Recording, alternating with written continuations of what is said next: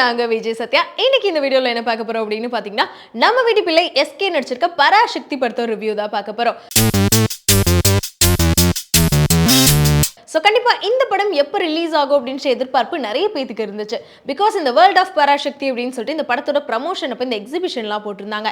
அதுக்கெல்லாம் போனப்போ உண்மையாலுமே நம்மளே இந்த 60s இருந்த மாதிரி ஒரு ஃபீல் கொடுத்துருந்தாங்க. அதனால படத்தில் வந்து எந்த மாதிரி ஃபீல் கொடுப்பாங்க, உண்மையாலுமே 60ஸ்க்கு நம்மளை கூட்டிகிட்டு போவாங்களா, இல்லை என்ன மாதிரி கதையாக இருக்கும் அப்படின்னு சொல்லிட்டு நிறைய எதிர்பார்ப்போடு தான் எல்லாரும் இருந்துட்டு இருந்தாங்க. ஸோ அப்படிப்பட்ட அந்த எதிர்பார்ப்பு எல்லாத்தையும் இந்த பராசக்தி படம் வந்து ஃபில்ஃபில் பண்ணுச்சா அப்படின்றதான் இந்த வீடியோவில் ஃபுல்லாகவே நம்ம பார்க்க போகிறோம். ஸோ இந்த படத்தை நம்ம சுதா கங்காரா மேம் தான் வந்து டைரக்ட் பண்ணியிருக்காங்க. சிவகார்த்திகேயன், அதர்வா, அப்புறம் ரவி மோகன், ஸ்ரீலீலா அப்படின்னு சொல்லிட்டு நிறைய பேர் முக்கியமான கேரக்டரும் பண்ணியிருக்காங்க. ஸோ இது எல்லாமே உங்களுக்கு கண்டிப்பாக தெரிஞ்ச விஷயம் தானே. அதே மாதிரி படத்தோட ஒன்லைனுமே வந்து மோஸ்ட்லி எல்லாத்துக்கும் தெரிஞ்சிருக்கும். ஹிந்தி திணிப்புக்கு எதிரான போராட்டத்தை பற்றி தான் இந்த படம் வந்து பேசியிருக்காங்க. படத்தோட ஸ்டார்டிங்லேயே நம்ம சிவகார்த்திகேயன் வந்து புறநானூறு அப்படின்னு சொல்லி ஒரு டீம் வச்சுட்டு ஹிந்தி திணிப்புக்கு எதிராக போராட்டம் பண்றாரு. ஸோ பச்சையப்பாஸ் காலேஜில் தான் வந்து இவங்க எல்லாரும் படிச்சுட்டு இருக்காங்க. ஸோ எப்பயுமே வந்து நல்ல மார்க் எடுக்கக்கூடிய ஒரு டாப் ஸ்டூடெண்ட்டாக சிவகார்த்திகேயன் இருக்காரு.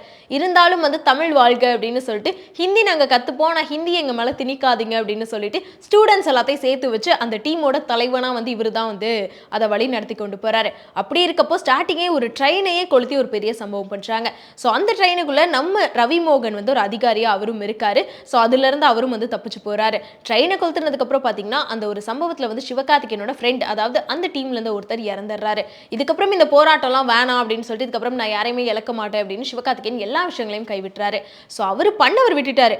பட் அதுல மாட்டுன்னு நம்ம ரவி மோகன் என்ன பண்றாருன்னா, அவர் வேற ஒரு ஆஃபீஸர், அது மட்டும் இல்லாமல் கவர்மெண்ட்க்கு வந்து சப்போர்ட் பண்ணக்கூடிய ஒரு ஆஃபீஸரா இருக்காரு. நம்ம சிவகார்த்திகேயன் ஒரு டீமா வந்து ஹிந்தி வேணாம் அப்படின்னு சொல்லி போராடிட்டு இருக்காரு. பட் அந்த சைடு ரவி மோகன் என்ன பண்றாருன்னா, ஒரு ஆஃபீஸர் அப்படின்னு சொல்லிட்டு ஸோ அவர் வந்து இவங்களுக்கு எதிராக எப்படியாச்சும் இவங்கெல்லாம் பிடிச்சி போட்டு தள்ளணும் அப்படின்ற ஒரு மைண்ட் செட்டில் தான் வந்து சுத்திட்டு இருக்காரு. ஸோ இப்படி சிவகார்த்திகேயன் கைவிட்ட ஒரு விஷயத்தை இவரோட தம்பி அதர்வா கையில் எடுக்கிறாரு. ஏன்னா அவருக்கும் வந்து தமிழ் தான் இருக்கணும், ஸோ நாங்கள் இங்கிலீஷ் கூட வந்து இது பண்ணிப்போம், பட் ஹிந்தி எங்கள் மேலே திணிக்க கூடாது அப்படின்னு சொல்லிட்டு அவர் வந்து இந்த சின்ன வயசுல சிவகார்த்திகேயன் என்னெல்லாம் பண்ணாரோ அது எல்லாமே வந்து அதர்வா திரும்பி பண்ண ஆரம்பிக்கிறாரு. இதே மாதிரி ரெண்டு பேத்துக்கும் நடுவில் நிறைய சண்டைகளும் போயிட்டு இருக்கு. ஸோ சிவகார்த்திகேயனை தடுக்கவும் நிறைய ட்ரை பண்ணிட்டு இருக்காரு. ஆனால் ஒரு கட்டத்தில் ஃபுல்லாகவே வந்து அங்கே ஹிந்தி அப்படின்ற அளவுக்கு மாறிட்டு இருக்கு.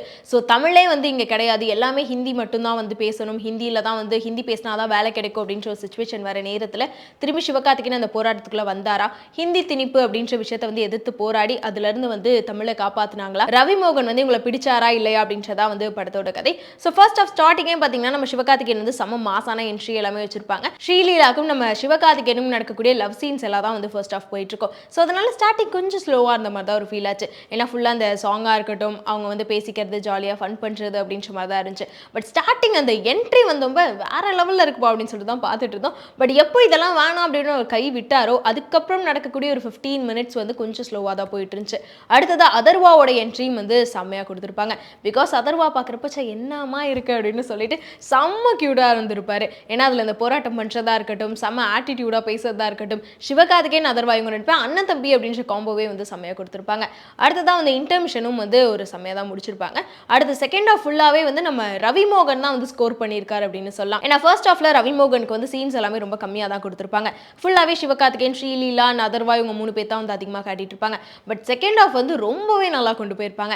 ஏன்னா அந்த ஹிந்தி திணிப்பு அப்படின்ற விஷயத்தை வந்து ஸ்டார்டிங் கொஞ்சம் கொஞ்சமாக காட்டினாலும் செகண்ட் ஆஃப்ல தான் வந்து உண்மையாலுமே அதனால என்னென்ன பிரச்சனைகள் ஃபேஸ் பண்ணுறாங்க, அதுக்காக எவ்வளோ பேர் போராடி இருக்காங்க, அதுக்கு போராடி எவ்வளோ பேர் இறந்துருக்காங்க அப்படின்ற மாதிரி பல விஷயங்களை வந்து அங்கே காமிச்சிருப்பாங்க. அதுவும் இது எல்லாமே உண்மையாக நடந்த ஒரு சம்பவம் அப்படின்றனால அது எல்லாத்தையும் காட்டினது மட்டும் இல்லாமல் சில விஷயங்களை மட்டும் சித்தரிக்கப்பட்டவை அப்படின்ற மாதிரி நமக்கு வந்து எடுத்து கொடுத்துருப்பாங்க. ஸோ தொடர்ந்து பார்த்தீங்கன்னா செகண்ட் ஆஃப் ஃபுல்லாகவே நிறைய கேமியோ ரோல்லையும் சில பேர் வந்து வருவாங்க. ஸோ அவங்க எல்லாத்தையும் நம்ம எக்ஸ்பெக்டே பண்ணியிருக்க மாட்டோம். பட் இருந்தாலும் வந்தோன்னே டக்குன்னு போயிட்டாங்களே அப்படின்ற மாதிரி ஒரு ஃபீல் இருந்துச்சு. அதுலேயும் செகண்ட் ஆஃப்ல சிவகார்த்திகேயனோட ஆக்டிங்காக இருக்கட்டும், ரவி மோகன் ஆக்டிங்காக இருக்கட்டும், சீரியஸ்லி பீக்கில் இருந்துச்சு அப்படின்னு தான் சொல்லுவேன். ஏன்னா அமரன் படத்தில் சிவகார்த்திகேயன் ஆக்டிங் நம்ம பார்த்துருப்போம். தலைவர் வேற லெவலில் நடிச்சிருப்பார். சொல்லப்போனால் அந்த கேரக்டராகவே வந்து முகுந்த் அப்படின்ற கேரக்டராக வாழ்ந்திருப்பாரு. அதே மாதிரி இந்த படத்தில் வந்து நம்ம தமிழ்நாட்டுக்காக முக்கியமாக தமிழுக்காக போராடக்கூடிய செலியன் அப்படின்ற கேரக்டர் நடிச்சிருக்கப்போ செலியனாவே இந்த படத்தில் வாழ்ந்திருக்காரு அப்படின்னு தான் சொல்லணும். ஏன்னா உண்மையாலுமே இந்த காலேஜ் ஸ்டூடெண்ட்ஸ் எப்படி இருப்பாங்க, ஸோ அந்த ஏஜில் என்னென்ன விஷயங்கள் பண்ணுவாங்க, முக்கியமாக தமிழை வந்து காப்பாற்றுறதுக்காக ஒரு போராடுறதா இருக்கட்டும். ஸோ செகண்ட் ஆஃப் ஃபுல்லாகவே ரத்தம் சிந்திட்டே தான் இருப்பார் சிவகார்த்திகேயன். அதர்வாவோட கேரக்டரும் வந்து ஒரு சின்ன கேரக்டர் அப்படின்னாலும் ஒரு பெரிய இம்பாக்டை ஏற்படுத்தக்கூடிய ஒரு கேரக்டராக வந்து ரொம்ப அழகாக காமிச்சிருப்பாங்க. அடுத்ததா ஸ்ரீலீலா அப்படின்னு எடுத்துக்கிட்டா ஃபர்ஸ்ட் டைம் தமிழில் வந்து என்ட்ரி கொடுக்குறாங்க. ஸோ ரொம்ப ரொம்ப இந்த 90s அப்படின்ற ஒரு கேரக்டரில் பார்க்குறப்போ ஸ்ரீலீலா ரொம்ப அழகாக இருந்தாங்க. ஸோ அந்த கெட்டப்பாக இருக்கட்டும் எல்லாத்துக்குமே காஸ்டியூம் வேற லெவலில் தான் கொடுத்துருந்தாங்க. ஸ்ரீலீலாவோட பெர்ஃபார்மன்ஸ் அப்படின்னு பார்க்குறப்போ ஸ்டார்டிங் வந்து ரொம்ப கம்மியாக தான் உங்களுக்கான ஸ்க்ரீன் ஸ்பேஸ் இருந்துச்சு. ஸோ லாஸ்ட் அந்த கிளைமேக்ஸில் தான் வந்து நம்ம ஸ்ரீலீலா வந்து ஸ்கோர் பண்ணியிருப்பாங்க. மற்றபடி நம்ம ஜிவியோட 100 ஃபிலிம் அப்படின்றப்போ மியூசிக் எல்லாமே தாறுமாறாக பண்ணியிருந்தாரு. அதுவும் சாங்ஸ் எல்லாம் நீங்கள் ஆல்ரெடி வந்து கேட்டிருப்பீங்க. ஸோ அதே மாதிரி இதுலேயும் பாட்டு எல்லாமே வந்து இப்போ வரைக்கும் நம்ம தலையில் வந்து ஓடிட்டே இருக்கு. அந்த அளவுக்கு ஜிவி வந்து தரமான சம்பவம் தான் இந்த பராசக்தி படத்தில் வந்து பண்ணியிருக்காரு. So first half second half அப்படின்னு பிரித்து பார்க்கறத தாண்டி கண்டிப்பாக இந்த படம் வந்து எல்லாருமே பார்க்க வேண்டிய ஒரு படம் தான். ஃபர்ஸ்ட் ஆஃப்ல வந்து கொஞ்சம் நேரம் வந்து ஸ்லோவாக போச்சு அப்படின்னு சொல்லியிருந்தேன். பட் செகண்ட் ஆஃப் கண்டிப்பாக வந்து எல்லாரும் அழுதுட்டு தான் வெளில வருவீங்க. அந்த அளவுக்கு அந்த எமோஷனலான சீன்ஸாக இருக்கட்டும். ஸோ உண்மையாலுமே இப்பெல்லாம் போராடி இருக்காங்களா, தமிழை காப்பாற்றுறதுக்காக இந்த அளவுக்கு கஷ்டப்பட்டிருக்காங்களா அப்படின்னு சொல்லிட்டு இந்த ஜென்ரேஷனில் இருக்கவங்களுக்கு நிறைய பேருக்கு தெரியாத விஷயங்களை ரொம்ப அழகாக வந்து எடுத்து சொல்லியிருக்காங்க. ஏன்னா சுதா கங்கரா மேம் படம் அப்படின்றப்போ உங்களுக்கு எல்லாத்துக்குமே தெரிஞ்சிருக்கும். சரி, அவங்களோட படத்தில் ஏதாச்சும் ஒரு விஷயம் வந்து செம்மையா நீங்களா டைரக்ட் பண்ணீங்க அப்படின்ற அளவுக்கு ஒரு பொண்ணா இந்த ஃபீல்டில் வந்து நிற்கிறதே ஒரு பெரிய விஷயம். பட் இந்த மாதிரி ஒரு படங்களை இவ்வளோ நல்லா மக்களுக்கு வந்து கொடுத்துருக்காங்க அப்படின்றதே கண்டிப்பாக ஒரு பெரிய விஷயம். ஸோ படத்தில் ப்ளஸ் பாயிண்ட் அப்படின்னு பார்த்தீங்கன்னா கேஸ்டிங் கண்டிப்பாக சொல்லி ஆகணும். ஏன்னா இந்த கேரக்டருக்கு இவங்க ஆப்டாக செட் ஆவாங்க அப்படின்னு சொல்லிட்டு ரொம்ப அழகாக வந்து செலக்ட் பண்ணியிருக்காங்க. அடுத்ததாக டெக்னிக்கல் ஒர்க் எல்லாமே ரொம்ப நல்லா இருந்துச்சு. உண்மையாலுமே படம் பார்க்குறப்ப இந்த வேர்ல்ட் ஆஃப் பராசக்தி எக்ஸிபிஷனில் பார்க்குறப்ப எப்படி 60ஸ்க்கு கூட்டிகிட்டு போனாங்களோ அதே மாதிரி இந்த படம் பார்க்குறப்போ வந்து செகண்ட் ஆஃப்ல நீங்களே 60ஸ்ல இருக்க மாதிரி தான் ஃபீல் ஆயிருக்கும். உண்மையாலுமே அந்த காலத்தில் இப்படி தான் வந்து போலீஸ் ஸ்டேஷன் இருந்திருக்குமோ, உண்மையாலுமே அந்த காலத்தில் இப்படி தான் ரோடெல்லாம் இருந்திருக்கும், மனுஷங்க இப்படி தான் இருந்திருப்பாங்க. ஸோ இந்த மாதிரி தான் இருக்குது அப்படின்னு சொல்லிட்டு நம்மளே வந்து ரொம்ப வியந்து பார்ப்போம். அந்த அளவுக்கு செட் எல்லாமே ரொம்ப ரொம்ப நல்லா பண்ணியிருந்தாங்க. ஸோ அங்கே இருக்கக்கூடிய கேரக்டர்ஸ்மே வந்து உண்மையாலுமே அங்கே நடந்த சம்பவம் சிவகார்த்திகேயன்லாம் அந்த காலத்தில் ஏதோ ஃபைட் பண்ணி அந்த காலத்தில் பண்ண மாதிரியே வந்து அவ்வளோ ரியலிஸ்டிக்காக வந்து படம் பண்ணியிருந்தாங்க. ஸோ அதே மாதிரி நம்ம ரவி மோகனோட ஆக்டிங் வந்து செம்மையாக இருந்துச்சுன்னு சொல்லியிருந்தேன். பட் சில இடங்களில் எனக்கு என்ன ஃபீல் ஆயிடுச்சு அப்படின்னா அவர் வந்து ஒரு ஆன்டகானிஸ்ட் ரோல் பண்ணியிருக்காரு. ஸோ அதே மாதிரி அந்த ஒரு ஃபீல் இதில் கிடைக்கும் அப்படின்னு நினச்சேன். பட் அது மட்டும் கொஞ்சம் மிஸ் ஆச்சு அப்படின்னு தான் இருந்துச்சு. ஏன்னா இவர் வந்து ரொம்ப சைலண்ட்டாக ரொம்பவே ஸ்லோவாக எல்லாத்தையும் மூவ் பண்ணுவார் ஜெயம் ரவி. பட் லாஸ்ட்டில் சில விஷயங்கள் அவர் பண்ணும்போது நீ எல்லாம் மனுஷனாயா அப்படின்ற அளவுக்கு தான் இருந்துச்சு.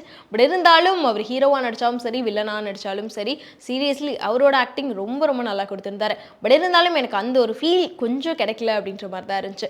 அதே மாதிரி எஸ்கே பொறுத்த வரைக்கும் அமரன் படம் லாஸ்ட்டாக அவர் நடிச்சிருந்தாரு. So blockbuster hit. திரும்பி அந்த மாதிரி ஒரு கதை செலக்ட் பண்ணி நடிச்சிருக்கான்றப்போ கண்டிப்பாக இவரோட கெரியரில் இந்த படம் வந்து பிளாக் பஸ்டர் ஹிட் தாங்க கொடுக்கும். ஹிந்தி திணிப்பை தான் வந்து நாங்கள் எதிர்க்கிறோம், மற்றபடி ஹிந்திக்காரங்களை நாங்கள் எதிர்க்கல அப்படின்ற மாதிரி சொல்லியிருப்பாங்க. ஸோ அந்த அளவுக்கு அதே மாதிரி ரொம்ப க்ளீனாக ஒரு விஷயத்தை என்ன சொல்லியிருக்காங்கன்னா நாங்கள் ஹிந்தி கற்றுக்க ரெடியாக தான் இருக்கோம், பட் அதை எங்கள் மேலே திணிக்காதீங்க அப்படின்னு சொல்லிட்டு ஒரு விஷயத்தை ரொம்ப அழுத்தமாக படம் ஃபுல்லாகவே வந்து கொண்டு போயிருப்பாங்க.